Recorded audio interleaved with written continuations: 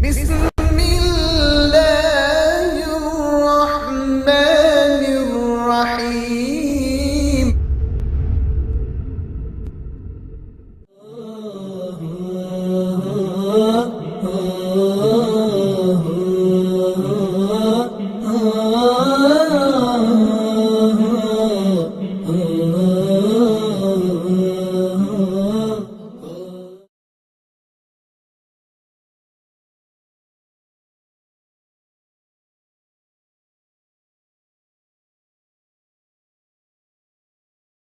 الحمد لله رب العالمين والصلاة والسلام على أشرف الأنبياء والمرسلين ولا عدوان إلا على الظالمين أحمده سبحانه وأشكره وأتوب إليه وأستغفره أما بعد أعوذ بالله من الشيطان الرجيم اتخذوا أحبارهم ورهبانهم أربابا من دون الله والمسيح ابن مريم وما أمروا إلا ليعبدوا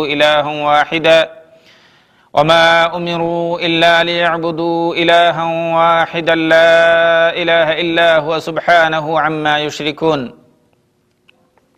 سورة التوبة 31 নম্বর আয়াত عن عبد الرحمن بن أبي بكرة عن أبيه قال رسول الله صلى الله عليه وسلم ألا أخبركم بأكبر الكبائر قالوا بلى يا رسول الله قال الإشراك بالله وعقوق الوالدين যাবতীয় প্রশংসা ও গুণগান আল্লাহ রাব্বুল আলামিনের জন্য। দুরূদ ও সালাম বর্ষিত নবী মুহাম্মদ মুস্তাফা সাল্লাল্লাহু আলাইহি ওয়াসাল্লামের প্রতি আল্লাহুম্মা সাল্লি আলাইহি। শিরক মহাপাপ, শিরকের চেয়ে বড় মহাপাপ আর কিছু নেই। শিরকের গুনাহ আল্লাহ রাব্বুল আলামিন ক্ষমা করবেন না, এটা আল্লাহ রাব্বুল আলামিন ঘোষণা দিয়ে দিয়েছেন। শিরক করলে ব্যক্তি নবী মুহাম্মদ সাল্লাল্লাহু আলাইহি ওয়াসাল্লামের সুপারিশ থেকে বঞ্চিত হবে। কেননা একটি হাদিসে এসেছে, আল্লাহ রাসূল সাল্লাল্লাহু আলাইহি ওয়াসাল্লামকে জিজ্ঞেস করা হয়েছিল যে মান আসআদুন নাস বিশাফাআতিকা ইয়াউমাল কিয়ামাহ, হে আল্লাহর রাসূল, কিয়ামতের দিনে আপনার সুপারিশ লাভে ধন্য হবে কোন ব্যক্তি? তখন রাসূলুল্লাহ সাল্লাল্লাহু আলাইহি ওয়াসাল্লাম বলেছিলেন মান মাতা লা ইউশরিকু বিল্লাহি শাইআ, ওই ব্যক্তি আমার সুপারিশ লাভে ধন্য হবে যে শিরিক ব্যতীত মৃত্যুবরণ করবে, তথা তাওহীদ নিয়ে মৃত্যুবরণ করবে, শিরিক থেকে মুক্ত হয়ে মৃত্যুবরণ করবে। সেই ব্যক্তি কেবল নবী মুহাম্মদ সাল্লাল্লাহু আলাইহি ওয়াসাল্লামের সুপারিশ লাভে ধন্য হবে। আর মুশরিক নবী সাল্লাল্লাহু আলাইহি ওয়াসাল্লামের সুপারিশ থেকে সম্পূর্ণরূপে বঞ্চিত হবে এবং সেই জান্নাত থেকেও বঞ্চিত হবে। আমরা জানি এই শিরক দুই প্রকার, এটা হচ্ছে বড় শিরক আর এটা হচ্ছে ছোট শিরক। বড় শিরক যেমন আল্লাহ রাব্বুল আলামিনের নাম ও গুণাবলী ইত্যাদিতে তার সমকক্ষ কাউকে নির্ধারণ করা, যেমন আল্লাহ রাব্বুল আলামিনের নামে কাউকে নামকরণ করা, অথবা আল্লাহ রাব্বুল আলামিনের জন্য যে সমস্ত গুণাগুণ খাস বা নির্দিষ্ট সেই সমস্ত গুণে অন্যকে গুণান্বিত করা। এ সম্পর্কে আল্লাহ রাব্বুল আলামিন বলেছেন ওয়ালিল্লাহিল আসমাউল হুসনা ফাদউহু বিহা ওয়াযারুল লাযীনা ইউলহিদুনা ফি আসমাইহি সাইয়ুজজাউনা মা কানু ইয়ামালুন। আল্লাহর জন্য রয়েছে সব উত্তম নাম, কাজেই সে নাম ধরেই তাকে ডাকো আর তাদেরকে বর্জন করো। আল্লাহ রাব্বুল আলামিন বলেছেন ওয়াযারুল লাযীনা ইউলহিদুনা ফি আসমাইহি, আর তাদেরকে বর্জন করো যারা তার নামের ব্যাপারে বাঁকা পথে চলে, তারা নিজেদের কৃতকর্মের ফল অবশ্যই পাবে। সূরা আরাফ 180 নম্বর আয়াত। অতএব গায়রুল্লাহকে আল্লাহর খাস নামে নামকরণ করা ও আল্লাহর জন্য নির্ধারিত খাস গুণে গুণান্বিত করা হচ্ছে আল্লাহর নাম ও গুণের ব্যাপারে গুণের শিরিক করা বা গুণের ব্যাপারে বক্রতা।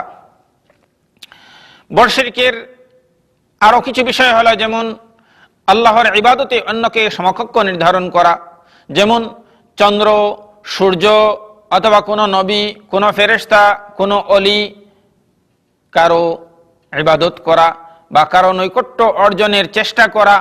আল্লাহ রাব্বুল আলামিনের জন্য খাস যে সমস্ত ইবাদত, সেই সমস্ত ইবাদতে আল্লাহ রাব্বুল আলামিনের যে হক, হাদিসে মুআযে আল্লাহ রাসূল সাল্লাল্লাহু আলাইহি ওয়াসাল্লাম যেভাবে বলেছেন যে হাক্কুল্লাহি আলাল ইবাদি আন ইয়াবুদুহু ওয়া লা ইউশরিকু বিহি শাইআ, আল্লাহ রাব্বুল আলামিনের হক হচ্ছে যে তারই ইবাদত করবে, তার সাথে অন্যকে শরীক করবে না। সেই হক আল্লাহ রাব্বুল আলামিনের জন্য নির্ধারিত হক অন্য কারো নামে ব্যয় করা, অন্য কারোর জন্য সাব্যস্ত করা, আল্লাহ রাব্বুল আলামিনকে বাদ দিয়ে চন্দ্রের পূজা করা, সূর্যের পূজা করা, কোন নবীর পূজা করা, ফেরেশতার পূজা করা, ওলিয়া উলিয়ার পূজা করা বা তাদের কাছে দোয়া করা, তলব করা ইত্যাদি।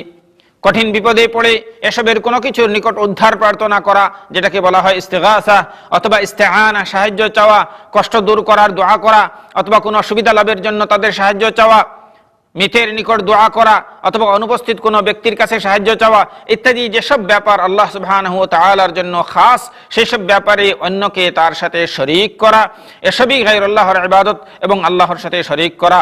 অতএব আল্লাহ সুবহানাহু ওয়া তাআলা বলেন, কুল, হে নবী আপনি বলে দিন, ইন্নামা আনা বাশারুম মিসলুকুম, হে নবী আপনি একথা বলে দিন নিশ্চিত রূপে যে আমি তোমাদের মতোই একজন মানুষ। ইউহা ইলাই, পার্থক্য হলো এই যে আমার নিকট ওয়াহী আসে, ওয়াহী দ্বারা আমাকে আল্লাহ রাব্বুল আলামিন নির্বাচন করেছেন, ওয়াহী দ্বারা আল্লাহ রাব্বুল আলামিন আমাকে নবুয়ত দিয়েছেন, ওয়াহী দ্বারা আল্লাহ রাব্বুল আলামিন আমাদেরকে তোমাদের মাঝে শ্রেষ্ঠ হিসাবে নির্বাচন করেছেন। অতএব ফামান কানা ইয়ারজু লিকা রাব্বিহি ইউহা আন্নামা ইলাহুকুম ইলাহুন ওয়াহিদ, আল্লাহ রাব্বুল আলামিন যে ওয়াহী করেন সেটা যে আন্নামা ইলাহুকুম ইলাহুন ওয়াহিদ, তোমাদের রব একই, যিনি তোমাদের মাবুদ, তোমাদের উপাস্য, ইলাহুন ওয়াহিদ। ফামান কানা ইয়ারজু লিকা রাব্বিহি, অতএব যে তার রবের সাক্ষাৎ কামনা করে, রবের সন্তুষ্টি কামনা করে, পরকালে জান্নাত চায়, জাহান্নাম থেকে বাঁচতে চায়, সে যেন কি করে, ফালিয়ামাল আমালান সালিহা, সে যেন নেক আমল করে, সৎ আমল করে, নবী সাল্লাল্লাহু আলাইহি ওয়াসাল্লামের সুন্নাত মোতাবেক আমল করে, ওয়ালা ইউশরিকু বিইবাদাতি রাব্বিহি আহাদা, এবং তার রবের সাথে অন্যকে শরীক না করে। অতএব রবের সাথে যে সমস্ত খাস আল্লাহ রাব্বুল আলামিনের ইবাদত, এই ইবাদতে অন্যকে শরীক করা যাবে না। সূরা আল কাহফের 110 নম্বর আয়াত।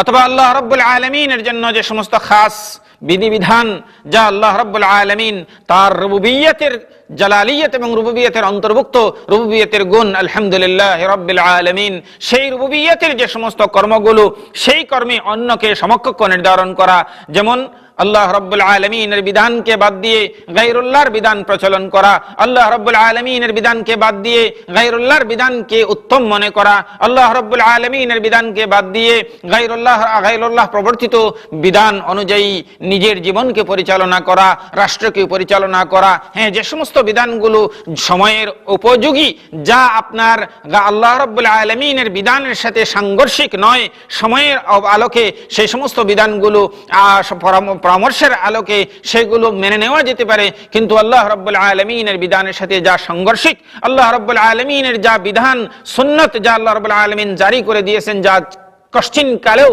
কিয়ামত পর্যন্ত কোনোদিন পরিবর্তন হবে না, সেই সমস্ত বিধানগুলোকে বাদ দিয়ে, সেই সমস্ত জায়গায় আল্লাহ রাব্বুল আলামিনের বিধান বাদ দিয়ে গায়রুল্লাহর বিধানকে স্থান দেওয়া, গায়রুল্লাহর বিধানকে উত্তম মনে করা, এসবই শিরিক। কেননা আল্লাহ রাব্বুল আলামিন হালাল হারামের বিষয় রয়েছে, জায়েজ না জায়েজের বিষয় রয়েছে ইত্যাদি, এগুলো বিবাদ মীমাংসার বিষয় রয়েছে, বিচার ফয়সালার বিষয় রয়েছে, আল্লাহ রাব্বুল আলামিনের ইবাদতের বিষয় রয়েছে। এই সমস্ত ক্ষেত্রে আল্লাহ রাব্বুল আলামিনের বিধানকে বাদ দিয়ে অন্যের বিধানকে প্রাধান্য দেওয়া সেটা শিরক, অথবা অন্যকে আল্লাহ রাব্বুল আলামিনের সমকক্ষ মনে করা সেটা শিরক। আল্লাহ রাব্বুল আলামিন সূরা তাওবার 31 নম্বর আয়াতে বলেন, ইত্তাখাযু আহবারাহুম ওয়া রাহবানাহুম আরবাবাম মিন দুনিল্লাহি ওয়াল মাসীহ ইবনে মারইয়াম ওয়া মা উমিরু ইল্লা লিয়াবুদু ইলাহান ওয়াহিদা লা ইলাহা ইল্লা হুয়া সুবহানাহু আম্মা ইউশরিকুন। তারা তাদের পণ্ডিত ও সন্ন্যাসীদের তাদের পালনকর্তা রূপে গ্রহণ করেছে, কারা? ইহুদ ও নাসারারা। আর আমাদের বর্তমান মুসলমানরা ওলি বুজুর্গ আউলিয়াদেরকে আল্লাহকে বাদ দিয়ে আল্লাহর আসনে বসিয়ে দিয়েছে। আল্লাহ রাব্বুল আলামিন কি বলতেছেন? যে তাদের পণ্ডিত ও সন্ন্যাসীদের তাদের পালনকর্তা রূপে গ্রহণ করেছে আল্লাহ ব্যতীত, এবং মারিয়াম তনয় মারিয়াম পুত্র ঈসা মাসীহকেও তারা আল্লাহর রূপে গ্রহণ করেছে। অথচ তারা আদিষ্ট ছিল একমাত্র মাবুদের ইবাদতের জন্য, একমাত্র আল্লাহ রাব্বুল আলামিনের ইবাদতের জন্য, তিনি ছাড়া কোনো মাবুদ নেই। তারা তার যেসব শরীক সাব্যস্ত করে তা থেকে তিনি সম্পূর্ণ পবিত্র। অতএব গায়রুল্লাহর বিধানে সন্তুষ্টি প্রকাশ করা অথবা আল্লাহর বিধানের প্রতি অবজ্ঞা প্রদর্শন করা, অবর্জন করে মানবরচিত আইন গ্রহণ করা, আল্লাহর বিধানের উপর গোত্রীয় কৃষ্টি কালচারকে প্রাধান্য দেওয়া ইত্যাদি সবই শিরকে আকবরের অন্তর্ভুক্ত। এসবই শিরকে আকবর বা বড় শিরক। এমন কাজের কর্তা ব্যক্তি বা এমন আকীদায় বিশ্বাসী ব্যক্তি মুরতাদ হয়ে ইসলাম থেকে খারিজ হয়ে যায়। সে মারা গেলে তার জানাজা পড়া যাবে না, তাকে মুসলমানদের কবরস্থানে দাফন করা যাবে না, তাহলে মুসলমান সন্তানরা সেই ব্যক্তির ওয়ারিশ হবে না, তার মাল মুসলমানের বাইতুল মালে জমা হয়ে যাবে, তার জবাহ করা প্রাণী হালাল হবে না। মুসলিম শাসকের কর্তব্য হবে, এটা ব্যক্তির কোনো কর্তব্য নয়, আইন নিজের হাতে তুলে নেওয়া যাবে না। মুসলিম শাসকের কর্তব্য হবে তাকে হত্যার হুকুম জারি করা, কেননা সে মুরতাদ হয়ে গেছে, এবং তা বাস্তবায়ন করে তাকে হত্যা করার পূর্বে তাকে তওবা করার নির্দেশ দেওয়া। যদি সে তওবা না করে তাহলে আইন প্রয়োগ করে আইনের মাধ্যমে তাকে শাস্তি বাস্তবায়ন করা। তাহলে আর যদি সে তওবা করে তাহলে তাকে তার তওবা কবুল করে তাকে মুসলমান হিসেবে গণ্য করা। আল্লাহ রাব্বুল আলামিন যেন আমাদেরকে শিরকে আকবরের মতো মহাপাপ থেকে, নিজেকে, নিজের পরিবার পরিজনকে, সন্তান সন্ততিদেরকে, সমগ্র মুসলমানদেরকে আল্লাহ রাব্বুল আলামিন যেন হেফাজত করেন। ওয়া আখিরু দাওয়ানা আলহামদুলিল্লাহি রাব্বিল আলামিন ওয়া সাল্লাল্লাহু ওয়া সাল্লামা আলা নবিয়িনা মুহাম্মদ।